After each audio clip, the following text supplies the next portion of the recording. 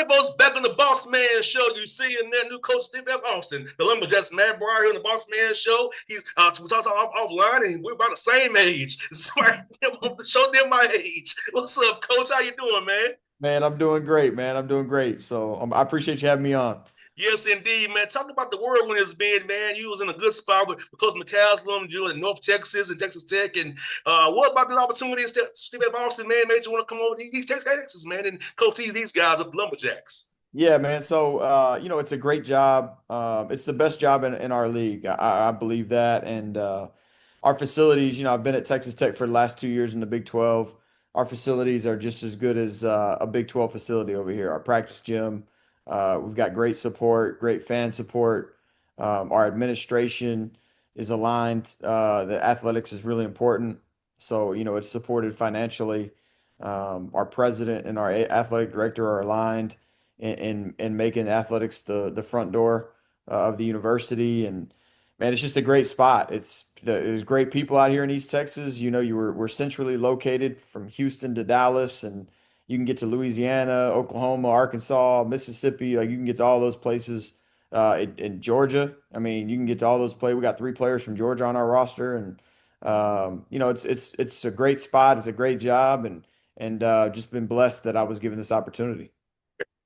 The administration piece of it, how important the administration has your vision, the same kind of moving, the same track you want to move in. That's so important today with how things are such ever changing. Have administration that's on your side, give you resources that you need to succeed. Because they all talk about it all the time in college athletics that administrations win championships. Having someone that's on your side, man, and willing to help you wherever you need to, has to feel good walking into a situation as first time head coach. Yeah, it gives you a chance. It gives you a chance, and then the rest is up to myself, the players, the staff, everybody that supports staff, everybody that's in there, right? Because it's a team effort, it's a group effort. Nobody's bigger than the other person. Nobody's more important. But if you don't have that, you're an uphill battle from the very jump. Which thankfully I am not. I'm not in that. Not in that category. We've got the administration that we can win championships here, and we've done it in the past year.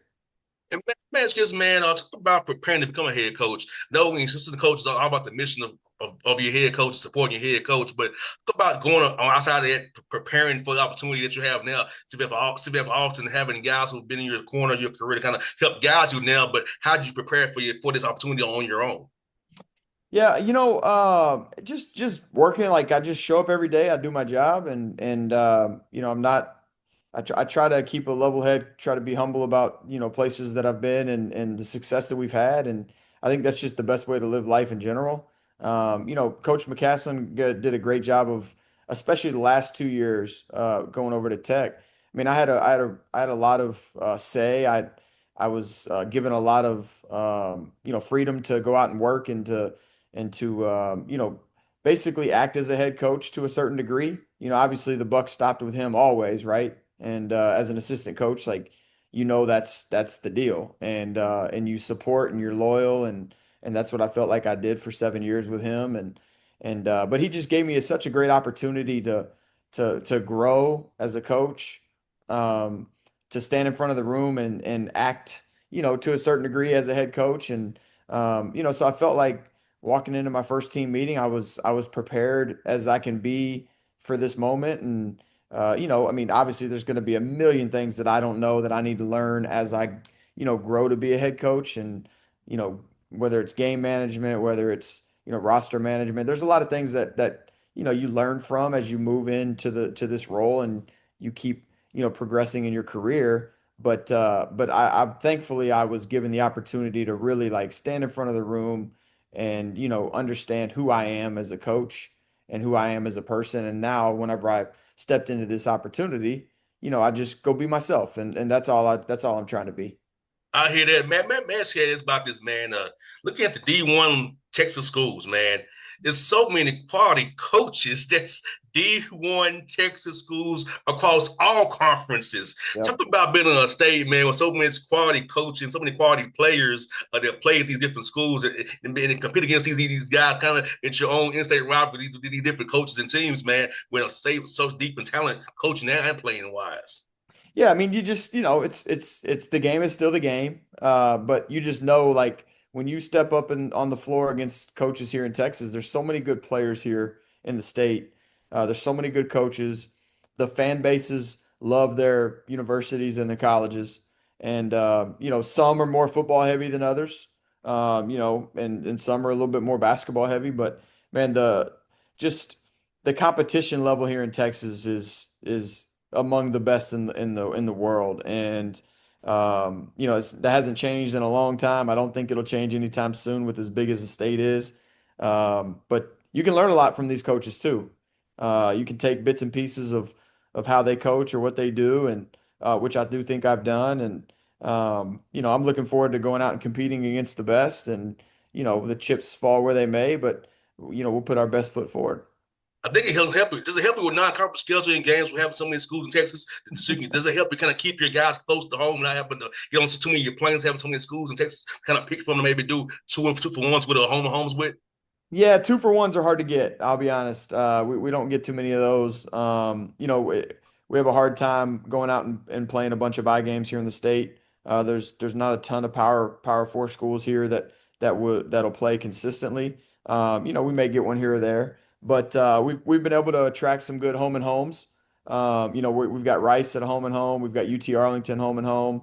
So we've been able to do some good stuff here in the state, and I do want to do more of that. I do want to play more in-state teams, even maybe teams in Louisiana or Arkansas, just where you can drive, and your fan base knows who those teams are and can really get behind them when they come in to Johnson Coliseum here in Nacogdoches.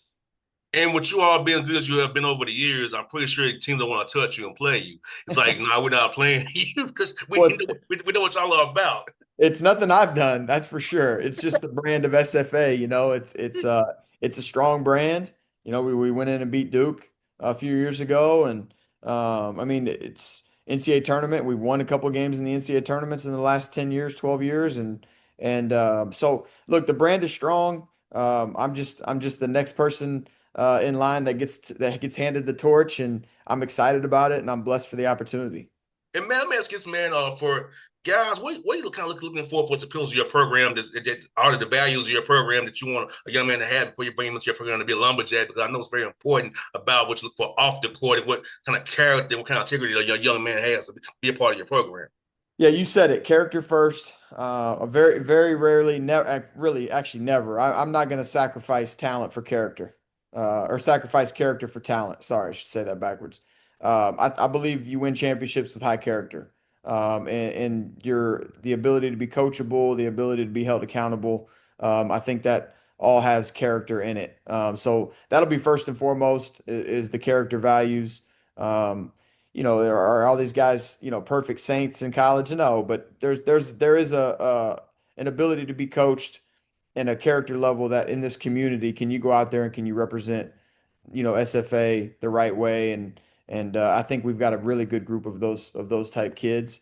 And then obviously you got to have guys that fit your style of play. And I feel like we've done that. We can play versatile. We can play a lot of different ways.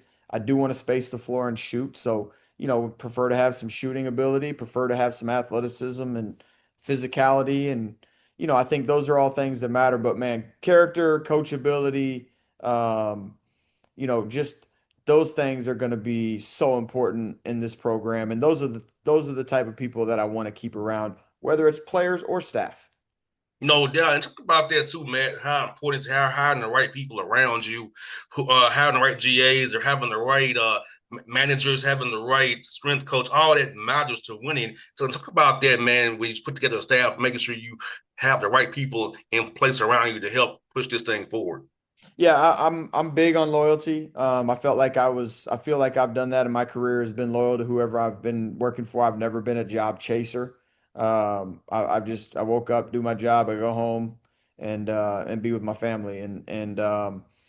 So we hired a great staff. My associate head coach, Jimmy Smith, is one of my good friends.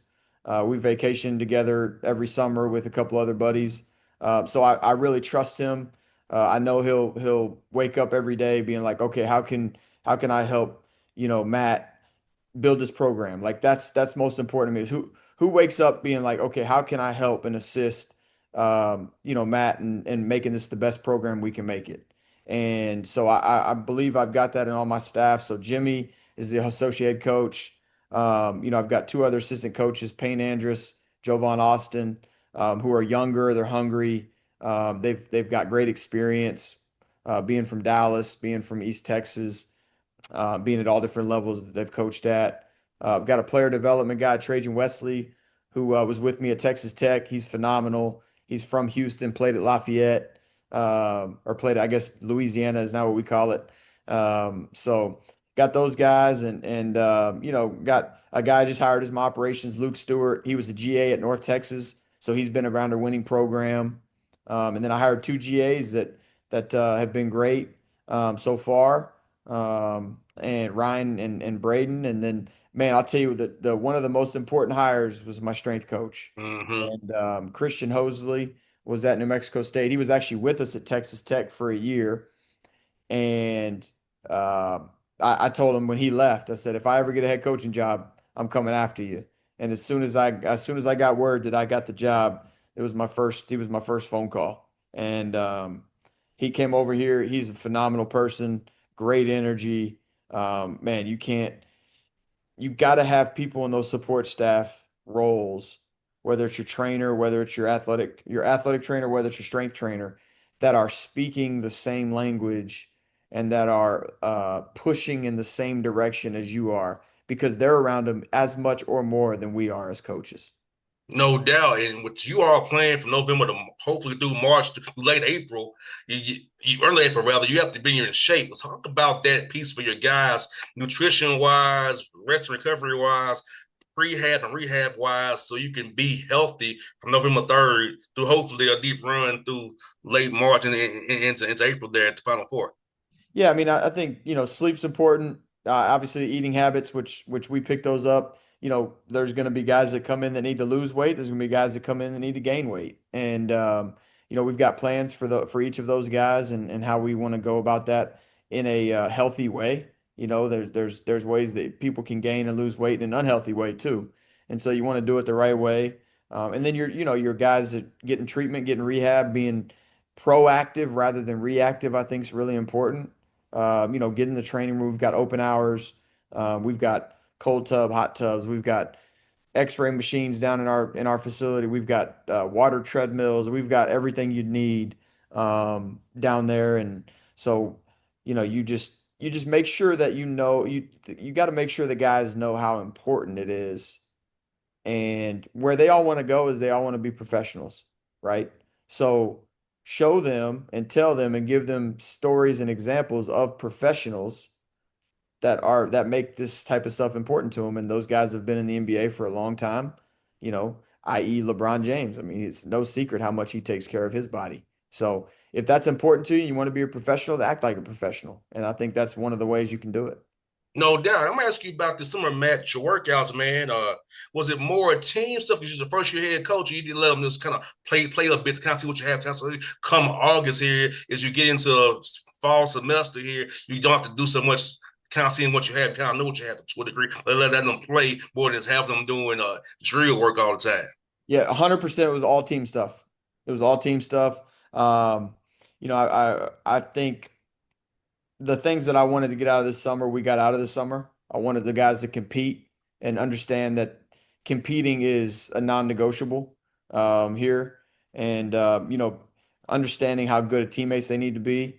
Whether it's somebody makes a good pass, even if you miss it, let them know they made a good pass. Like just getting out of your own selfish sense of why you play sports and just being a part of a team, I think is really important.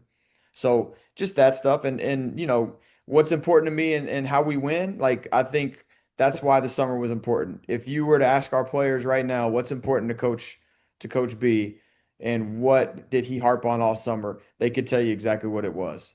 And I think that to me is the sense that we had a good summer. And what was it, a perfect summer? Did we not turn the ball over? Were we like, playing great offense all the time? Were we right in the right spots defensively all the time? No, but I don't necessarily care about that. I wanted to make sure that when we left this summer, they knew exactly what's important to me and they know what the expectations are. So when they come back on campus, we're ready to rock and roll.